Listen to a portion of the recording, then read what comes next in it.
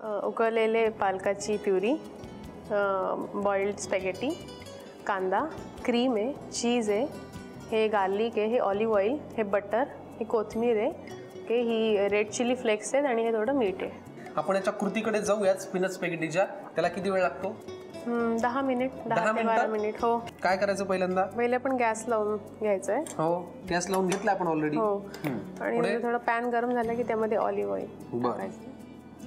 ह्या रेसिपीसाठी आपण मुद्दाम ऑलिव्ह ऑइल वापरतोय कारण याचा फ्लेवर वेगळा असतो. बरं, त्याच्यामुळे मिळतो. आणि थोडंसं बटर. दोन्ही टाकायचं? हा, थोडंसं. हो. आपण याच्यामध्ये फर्स्ट कांदा काढणार आहोत. बरं, परतून घ्यायचं ना? परतून घ्यायचा आहे कांदा थोडा.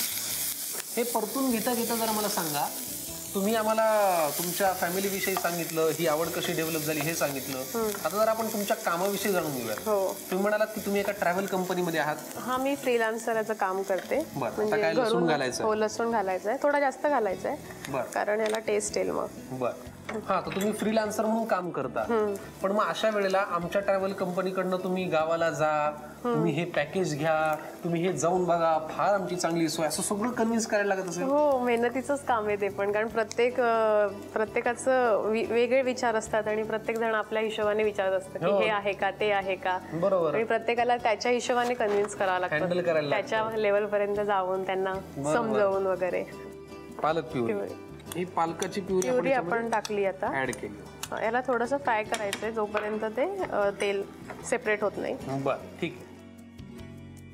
काय करायचं? त्याच्यानंतर आपण थोडे चिली फ्लेक्स टाकणार आहोत. बघा बरं, आपल्याकडे ना अगदी काही वर्षापूर्वीपर्यंत chilli flakes, oregano, mixed herbs हे काही नव्हतं. जसं जसं ते पिझ्झा, बर्गर टॉपिंग झाल्या त्यानंतर हे जास्त फेमस झालं. चिली फ्लेक्स शिवाय घराघरात होतच नाही काय. आमच्या खानदेशमध्ये चिली फ्लेक्स आधीपासूनच खुळा म्हणून, तिखटाचा खुळा म्हणून भाकरीवरती खायचे आणि तोच खुळा आता आपण पास्त्यामध्ये वापरतो. आमच्याकडे त्याला आम्ही खरडा म्हणतो. ते जरा करण्याची पद्धत वेगळी. चला पुढे काय लागणार? थोडं बॉईल झालं त्याच्यानंतर त्याच्यामध्ये ही स्पॅगेटी टाकायची. तेल आणि आपण मीठ घातलं होतं याच्यात. पण याच्यामध्ये आता थोडं क्रीम घालूया. ती लागणार सांगा? थोडंसं बस. कोथिंबीर, हे थोडंसं मीठ चवीपुरतं. बरं.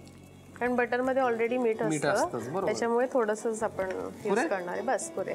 हे थोडं सेपरेट करून घ्यायचं. म्हणून जास्त बॉईल नाही करायची. जर जास्त बॉईल केली ना तर ती तुटू शकते. थोडी रफलीच अशी बॉईल करायची ती. हा, बरं.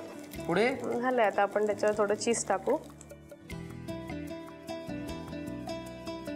त्याला चीज जास्त आवडतं तर वरून पण टाकून नंतर गार्निशिंग करायला सुचवलंय की आता फार नका घालू, तुम्ही भरपूर टाकून घ्या. गार्निशिंग करताना पण वापरू शकतो. बरोबर. क्या बात है. कारण सगळे पदार्थ ऑलरेडी शिजवलेलेच होते. बरोबर. फक्त आपण त्याला थोडं फ्राय करणार होतो बस. आणि मुळात सगळ्यांना खायला घालणं ही तर माझी म्हणजे खूप आवडती. त्याच्याकडेच येतोय की ही कशी डेव्हलप झाली आणि ह्या चवीला नेमका म्हणजे या तुमच्या छंदाला कशाची चव आहे? सोलापूरच्या दाण्याच्या चटणीची का कोल्हापुरीच्या रस्स्याची चव आहे? हा, म्हणजे मिसळ वगैरे मी खूप छान करते. बरं. पण मला वाटतं ते पार्ट बरेचसे होऊन गेलेले आहेत. मी बोलवीन तुम्हाला जर तुम्ही आला. अवश्य. आता कोल्हापूरला आलो की तुमच्या घरी येईलच नक्की. आता आपण किचन कडे जाऊयात. वा, अल्पना कुलकर्णी मॅडम आज आपल्या सोबत आहेत.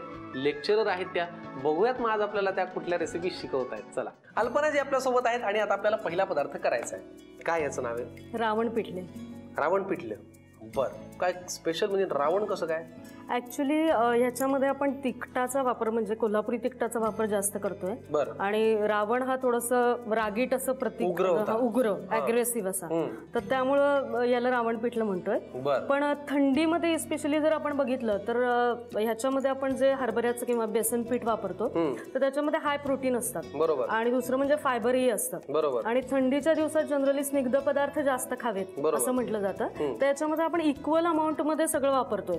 म्हणजे तेल, तिखट, बेसन, खोबरं समप्रमाणात. म्हणजे जनरली आपण कसं जिरं, हिरवी मिरची हे जनरली खातो, वापरतो पिठल्यात. पण याच्यात कोल्हापुरी तिखट असं त्यांनी त्यामुळे ते एकदम असा लाल लाल कलर खूप छान दिसतो. आणि मुलांनाही आवडतं कारण ते थोडंसं पंजाबी स्टाईल असं वाटतं बघताना.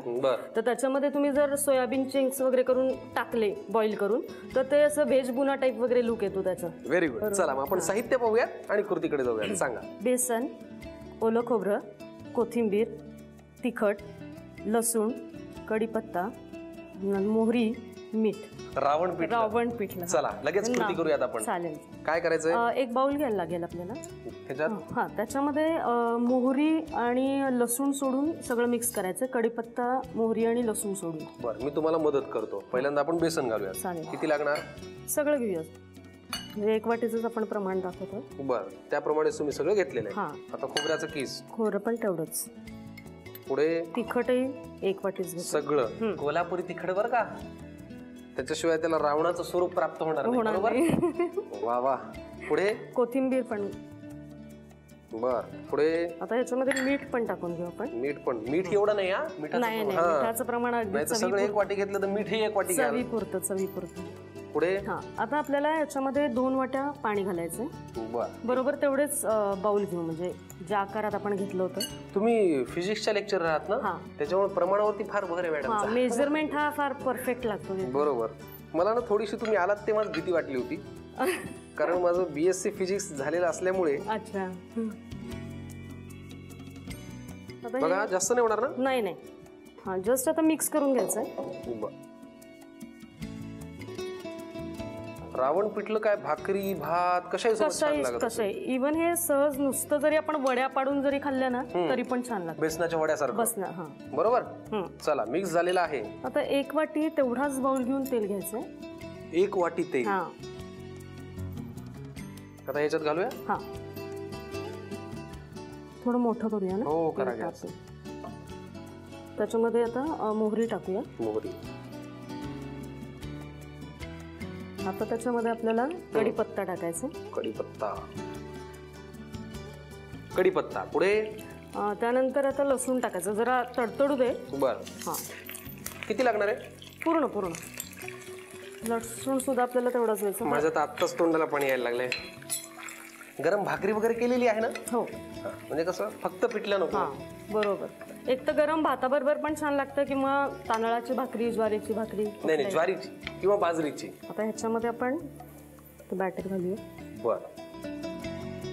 ऑलरेडी आपण मीठ घातलं होतं, त्यामुळे परत काय आता मीठ घालायची काही गरज नाहीये. काय फक्त हलवायचं. बर. मिक्स करायचं. क्या बात है. लिटरली म्हणजे शब्दशः माझ्या तोंडाला पाणी सुटलंय. फक्त आता काय काही मर्यादा पाळाव्या लागतात, म्हणून मी ते आता खात नाही. नाहीतर माझा संयम कुठल्याही क्षणी सुटू शकतो खाण्याच्या बाबतीत. वा, किती वेळ लागतो ह्याला? आता एक 5 मिनिट आपल्याला झाकून ठेवायला लागेल, म्हणजे झाकून ठेवायला. बरं. आणि आपल्याला त्याला एक जरा उकळी आली की अंदाज येईलच. किती वेळ लागेल? एक 5 ते 7 मिनिटं. 5 ते 7 मिनिटं. थोडंसं ऑइल सुटलं त्याला की बंद करून टाकायचं. साईडनं ऑइल येईल. आता बहुतेक याला तेल सुटायला लागलंय. साईडनं दिसतंय आपल्याला. हे बघूयात का मग झाकण काढून? 5-7 मिनिटं होऊन गेलेलेच आहेत. हो, झालंय का? आता एकदा हलवूया. बरं. आणि परत एक 2 मिनिटं ठेवूया. हे निघतंच असं, म्हणजे पूर्णपणे. आणि त्याला एक घट्टपणा यायला लागला. खूपच झणझणीत असेल ना? पण झणझणीत तर असतात. परत झाकण ठेवायचं. बरं.